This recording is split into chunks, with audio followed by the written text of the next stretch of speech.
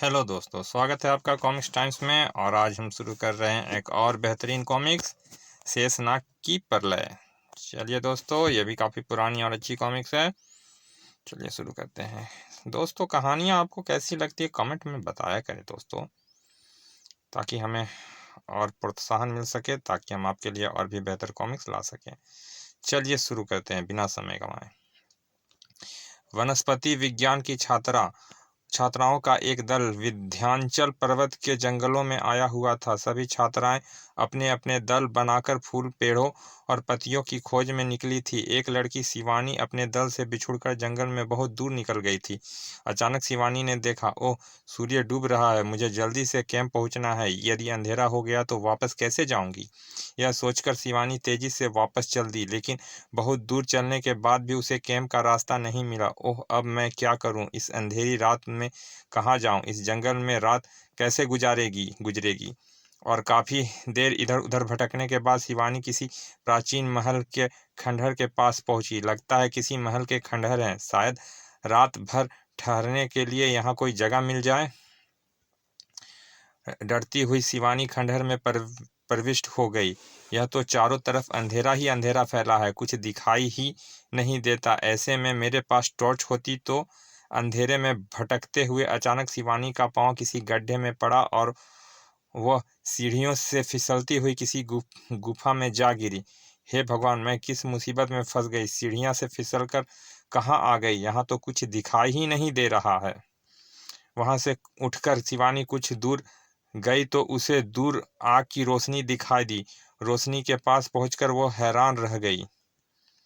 अभी शिवानी उस सन्यासी के पास जाकर कुछ कहना चाहती थी कि तभी, अरे, आकाश में यह तीव्र प्रकाश कैसा है? लगता है कोई आग का गोला इधर ही आ रहा है। रोशनी की चमक से सन्यासी की आंख खुल गई और कुछ ही देर में वो प्रकाश पुंज धरती पर आ उतरा। उस अद्भुत विमान को देख सन्यासी की आंखें चमकने लगी। तभी उस विमान से एक अपूर्व सुंदर युवती उतरी और सन्यासी की तरफ बढ़ने लगी। सन्यासी भी अपने स्थान से खड़ा होकर युवती की तरफ बढ़ने लगा, लेकिन इससे पहले कि युवती सन्यासी के निकट पहुंचती, बेलों की ओट में छिपी शिवानी की चीख निकल गई, आ, ये सांप बचाओ! शिवानी की चीख सुनते ही वह युवती भयभीत होकर तेजी से वापस विमान की ओर दौड़ी। विमान में बैठते ही वह विमान सहित अदृश्य हो गई। विमान के अदृश्य होते देख सन्यासी गुस्से में भर उठा। कौन हो तुम? यहाँ कैसे आई हो? जल्दी बोलो, नहीं तो मैं तुम्हारा वध कर दूंगा। बाबा, मुझे क्षमा कर दें, मैं जंगल में भटकी हुई हूँ, यहाँ पहुंची हूँ। मैं सांप को देखकर डर गई थी। ओह, तुम नहीं जानती तुमने कितनी बड़ी गलती की है। मेरी हजारों वर्षों की तपस्या को तुमने नष्ट कर दिया। बाबा, आप मुझे बताएं, वह कौन थी? शायद मैं उसे लौटा आऊं। नहीं नहीं, उसे अब कोई नहीं ला सकता। शायद अब वो कभी ना आएगी। बाबा, वह कौन थी और फिर क्यों नहीं आएगी? तुम सुनना चाहती हो उसकी कहानी? तो सुनो। बहुत बहुत दिन हुए, आर्यवर्त में एक पराक्रमी राजा था, कार्तिकेय। कार्तिकेय उसके राज्य में प्रजा प्रसन्न प्रसन्न व समृद्ध थी। कार्तिकेय के राज्य में हर वर्ष एक विशेष मेले का आयोजन किया जाता था, जिसमें पृथ्वी के हर कोने से शिल्पकार, मूर्तिकार, व्यवसायी और दर्शक आते थे। यह मेला तीनों लोक के आकर्षण का केंद्र था। मेले में यक्ष, गंधर्व, किन्नर, वानर, दानव, दैत्य, यहाँ तक कि समय देवगण भी हर वर्ष आते थे। सच में अश्वनी कुमार, चंदन व रुद्राक्ष जैसी दुर्लभ वस्तुएं सिर्फ पृथ्वी पर ही मिलती है। हाँ पवन कुमार, इन्हीं चीजों के लिए हमें यहाँ भव्य मेला देखने का सौभाग्य प्राप्त होता है। उस वर्ष भी मेला पूरी तरह से भरा हो चुका था।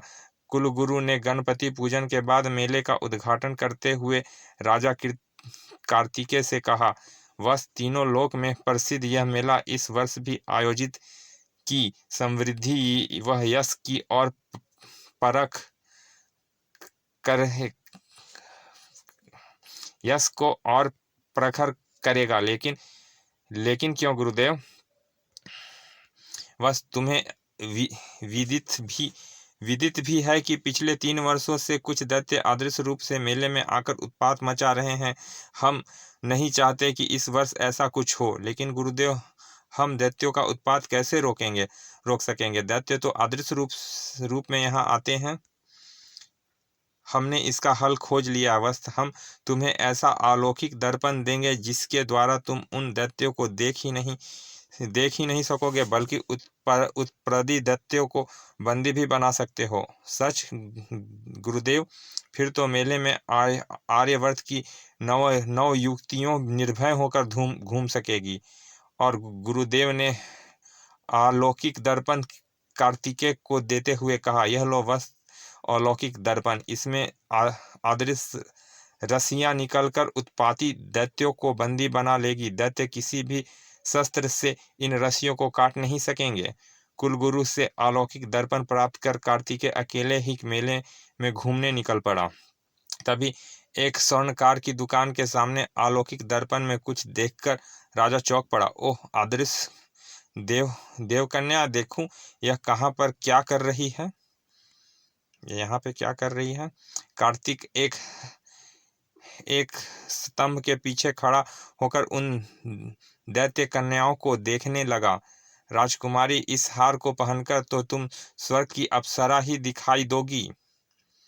तुम्हारे गले में यह स्वर्ण हार देखकर तो देव, यक्ष, गंधर्व कोई भी सुंदर कुमार मंत्रमुग्ध हो जाएंगे और कोई मानव कुमार तो बेहोश ही हो जाएगा। चल हट, मुझे तो हर जगह मजाक ही सूझती है। अरे हम यहाँ घूमने आए हैं, बहुत घूम लिया, अब वापस चलो।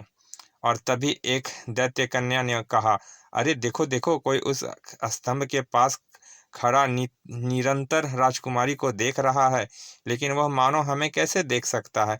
हम तो अदृश्य रूप में हैं। उसके हाथ में कोई अलौकिक यंत्र है, शायद वो उस यंत्र से हमें देख रहा है, तभी तो उसकी दृष्टि राजकुमारी पर केंद्रित हो रही है। तभी राजकुमारी चित्रगंधा ने राजा कार्तिकेय की ओर देखा। ओ राजा कार्तिकेय, सचमुच वो हमारी ओर ही देख रहा है। लगता है अलौकिक यंत्र से उन्होंने हमें देख लिया है। अब हमें तुरंत प्रस्थान करना चाहिए। राजकुमारी चित्रगंधा ने अपनी सखियों के साथ वहां से प्रस्थान किया तो ठहरो राजकुमारी, हमारा आतिथ्य ग्रहण करो, रुक जाओ। ओह, यह तो हमारे पीछे ही दौड़ रहा है। अब हमें आकाश मार्ग से चलना चाहिए। तभी दैत्य कन्याएं राजकुमारी के साथ उड़ चली। ओह, यह तो आकाश मार्ग से जा रही हैं। मैं अपने रथ में बैठकर इनके पीछे चलता हूँ। और राजा कार्तिकेय रथ में बैठकर उनके पीछे चल दिए। कुछ दूर पीछा करने के बाद, ओह, मुझे अलौकिक दर्पण के शस्त्रों का उपयोग करना चाहिए। इतनी सुंदर युक्ति मैंने पृथ्वी लोक में कहीं नहीं देखी है। और तभी राजा कार्तिकेय ने अलौकिक दर्पण के अस्त्र से चित्रगंधा की ओर फेंका। ओह, यह जाल, बचाओ बचाओ, मुझे छोड़ दो, मुझे जाने दो। मैं दैत्यों की राजकुमारी चित्रगंधा हूँ। मुझे बंदी बना लेने पर तुम्हें बहुत हानि उठानी पड़ेगी। कुछ भी हो चित्रगंधा, तुम अति सुंदर हो। तुम जैसी सुंदर युक्ति मैंने पृथ्वी लोक में कहीं नहीं देखी है। मैं तुम्हें विवाह करूंगा। भयभीत सखियां अपनी राजकुमारी को छोड़कर आकाश में विलीन हो गई। राजा कार्तिकेय चित्रगंधा को रथ में बैठाकर बलपूर्वक महल की ओर ले चला। नहीं, यह संभव नहीं है। कोई दैत्य कन्या मानव से विवाह नहीं कर सकती। मेरे पिता दैत्यराज आर्यवर्त पर आक्रमण करके सब कुछ नष्ट कर देंगे और मुझे ले जाएंगे। मैं तुम्हारे पिता से तुम्हें मांग लूंगा। यदि वह नहीं माने तो उन्हें युद्ध भी करूंगा, लेकिन तुम्हें नहीं जाने दूंगा। मुझे तुमसे प्यार हो गया है चित्रगंधा। उधर जब चित्रगंधा की सखियां ने लौटकर दैत्यराज को बताया, हमें क्षमा करें महाराज, आर्यवर्त का राजा कार्तिकेय राजकुमारी को अलौकिक शस्त्र से बंदी बना ले गया और हम कुछ भी नहीं कर सके। कार्तिकेय, हम तुम्हारा सारा राज्य नष्ट कर देंगे। सैनिकों, काल सर्प से कहो कि वह आर्यवर्त में जाकर यह ज्ञात करे कि कार्तिकेय ने उसे कहाँ पर बंदी बनाकर रखा है। उस सैनिक ने काल सर्प को राजा का आदेश सुनाया। उस पृथ्वीवासी की यह मजाल, महाराज को सूचित करो कि हम इसी क्षण आर्यवर्त के लिए प्रस्थान कर रहे हैं। और कुछ क्षण बाद काल सर्प पृथ्वी लोक की ओर उड़ चला। और जब काल सर्प ने लौटकर राजा दैत्यराज को चित्रगंधा की जानकारी दी तो आर्यवर्त के राजा कार्तिकेय ने चित्रगंधा को अपने महल में बंदी बनाकर रखा है। हम उसके राज्य को नष्ट कर देंगे। उसने अभी दैत्यों की शक्ति के बारे में कल्पना भी नहीं की होगी। सेनापति मूल्यराज, आज रात ही आर्यवर्त की राजधानी पर आक्रमण करके उसे नष्ट कर दो और राजकुमारी को छुड़ा लाओ। उधर कार्तिकेय के महल के एक विशाल कक्ष में चित्रगंधा, हम तुमसे बेहद प्यार करते हैं, फिर तुम हमसे विवाह क्यों नहीं कर लेती? महाराज, मैं आपसे कई बार कह चुकी हूँ, मैं दैत्य कन्या हूँ, किसी मानव से विवाह नहीं कर सकती। तभी एक प्रहरी ने आकर सूचना दी, महाराज की जय हो, दैत्यों ने हमारे राज्य पर आक्रमण कर दिया है। दैत्य दक्षिण दुर्ग का द्वार तोड़कर नगर में प्रवेश कर चुके हैं। सेनापति से कहो कि दैत्यों का पूरी शक्ति से मुकाबला करे। एक भी दैत्य जीवित नहीं लौटना चाहिए। कुछ देर बाद एक अन्य सैनिक ने आकर बताया, महाराज, दैत्य बहुत ही शक्तिशाली हैं। हमारे 10-10 सैनिक भी एक दैत्य को नहीं रोक पा रहे हैं। हम स्वयं चलकर उन दैत्यों से युद्ध करेंगे।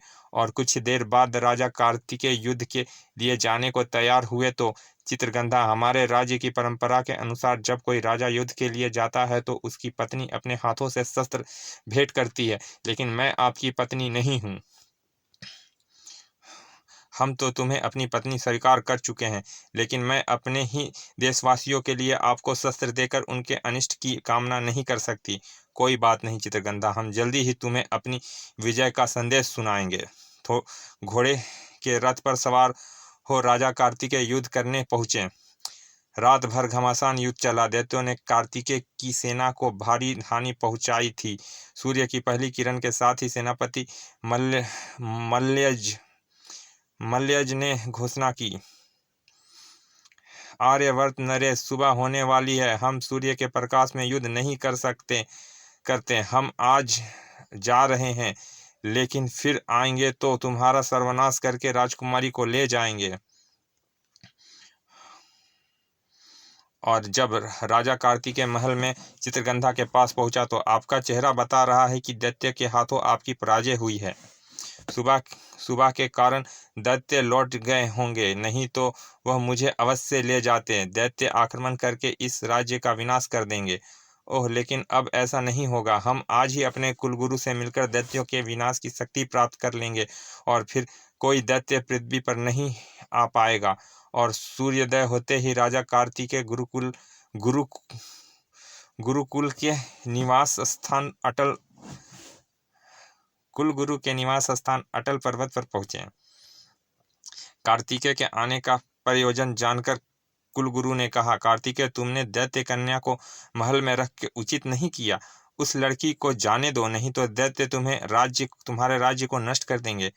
गुरुदेव, मैं चित्रगंधा को नहीं छोड़ सकता। मैं उससे प्रेम करता हूँ और अब उसे छोड़ देने का अर्थ होगा कि हमने दैत्यों से पराजय स्वीकार कर ली। नहीं गुरुदेव, नहीं, ऐसा नहीं होगा। बस दैत्यों को रोक पाना बहुत कठिन है, लेकिन चित्रगंधा से तुम्हारा इतना ही स्नेह है तो हम कुछ प्रयत्न अवश्य करेंगे। और फिर कुलगुरु ने हवन कुंड में कुछ लकड़ियों रखकर मंत्र बोलकर जल छिड़का। अग्निदेव नमो स्वाहा। तुरंत लकड़ियों में अग्नि प्रज्वलित हो उठी और फिर जब वह अग्नि बुझी तो उसके स्थान पर कुंड में एक त्रिशूल गड़ा था। यह लो वस्त्र, इस त्रिशूल से दैत्यों का विनाश होगा। इससे महल के चारों ओर एक रेखा खींच देना, फिर कोई दैत्य महल में प्रवेश नहीं कर सकेगा। कुलगुरु से अमेघ अस्त्र प्राप्त करके राजा कार्तिकेय महल में लौटा। चित्रगंधा, दैत्यों के संहार के लिए मैंने यह अमेघ अस्त्र प्राप्त कर लिया है। अब तुम निर्भय होकर मुझसे विवाह कर सकते हो।